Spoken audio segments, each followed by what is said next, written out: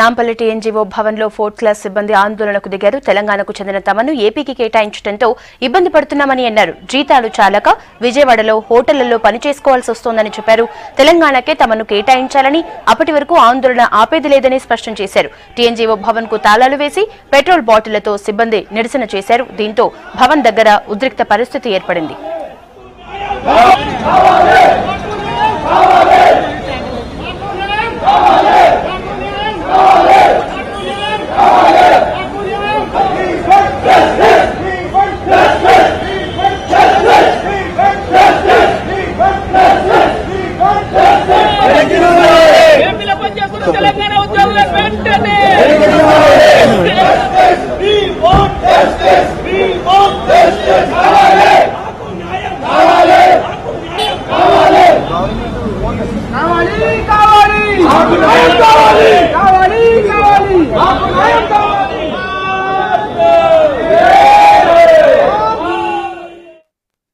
నాలుగు నెలల నుంచి హెచ్ఓడిస్ అన్ని ఆంధ్రకు తరలిపోయినాయి. అక్కడ మాకు ఎటువంటి ఫెసిలిటీస్ లేవు, తినడానికి లేదు, ఉండడానికి లేదు.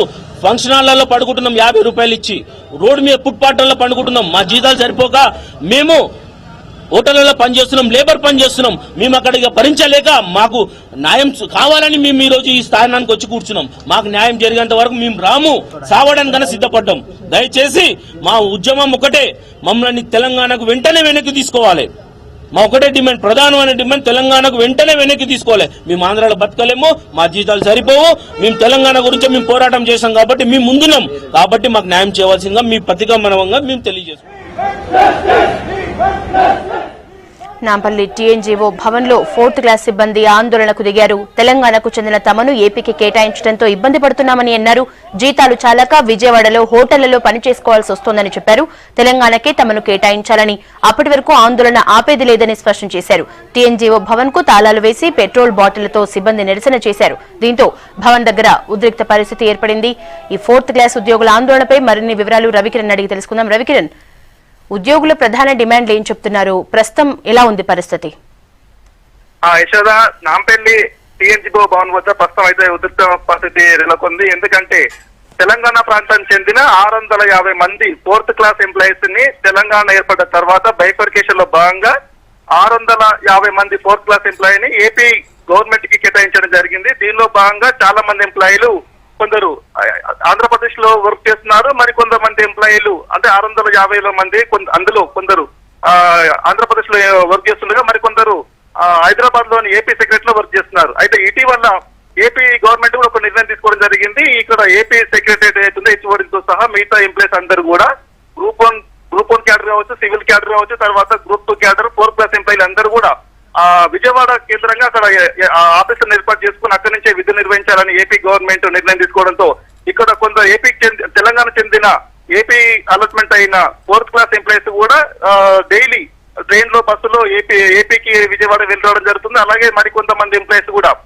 తెలంగాణ ప్రాంతానికి చెందిన 4th క్లాస్ ఎంప్లాయీస్ కూడా ఆంధ్రప్రదేశ్ లో విధులు నిర్వహించడం జరుగుతుంది. వీళ్ళందరూ కూడా ఎవరైతే 650 మంది 4th క్లాస్ ఎంప్లాయీస్ ఉన్నారో తమందరినీ కూడా వెంటనే తెలంగాణ గవర్నమెంట్ కి అలాట్మెంట్ చేయాలని వీళ్ళ ప్రధాన డిమాండ్. దీనికి సంబంధించి ఇప్పటికే కేటీఆర్ కి, తెలంగాణ ముఖ్యమంత్రి కేసీఆర్ కి కూడా చాలా సార్లు విజ్ఞప్తి చేశాం. అయినా తెలంగాణ ప్రభుత్వం నుంచి ఎలాంటి స్పందన రాకపోవడంతో ఈ రోజు ఆందోళనకు దిగినని చెప్తున్నారు. మొత్తానికి 10 మంది 4th క్లాస్ ఎంప్లాయీస్ సంబంధించి వీళ్ళందరూ కూడా టీఎన్జీ భవన్ కి తాళం వేసి వీళ్ళందరూ పెట్రోల్ బాటిల్ తీసుకొని పైకి వెళ్లి ఆందోళన చేసిన పరిస్థితి ఉంది.